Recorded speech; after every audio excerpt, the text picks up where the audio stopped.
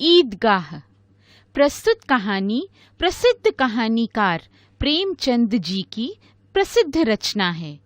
इस कहानी में उन्होंने एक छोटे से बालक के अपनी दादी के प्रति प्रेम को दर्शाया है।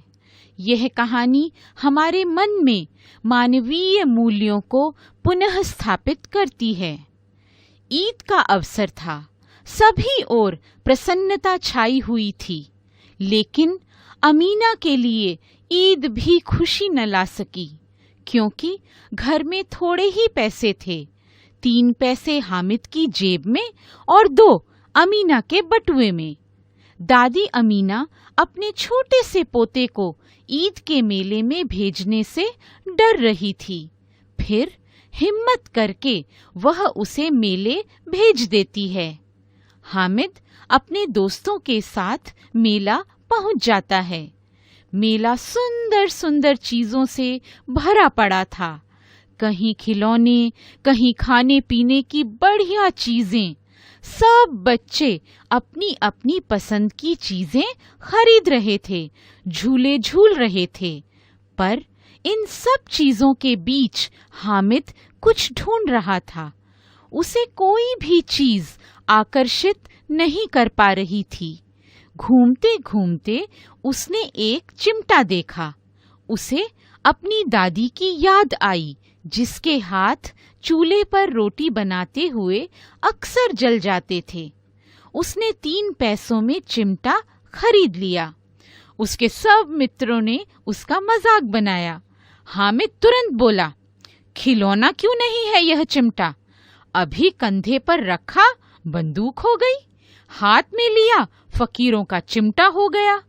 चाहूं तो इससे मंजीरे का काम ले सकता हूँ। एक चिमटा दूं तो तुम लोगों के सारे खिलौनों की जान निकल जाएगी।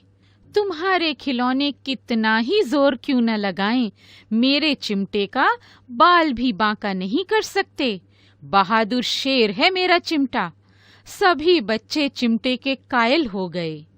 जब हामिद घर पहुंचा, तब अमीना ने उसके हाथ में चिमटा देखा तो चौंक पड़ी।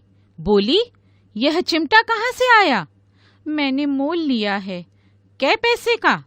3 पैसे का। अमीना ने अपनी छाती पीट ली। कैसा नासमझ लड़का है, मेले में न कुछ खाया न पिया, लाया क्या? चिमटा? सारे मेले में तुझे कोई और चीज न मिली जो यह चिमटा उठा लाया? हामिद ने अपराधी भाव से कहा, तुम्हारी उंगलियां तवे से जल जाती थी ना, इसलिए मैंने लिया। अमीना का क्रोध तुरंत स्नेह में बदल गया। बच्चे में कितना त्याग, कितना सद्भाव और कितना विवेक है। दूसरे बच्चों को खिलौना लेते देख या मिठाई खाते देखकर इसका मन कितना ललचाया होगा। अमीना गद गद हो गई। वह रोने लगी और दामन फैलाकर हामिद के लिए दुआएं मांगने लगी। उसकी आंखों से आंसू बहने लगे।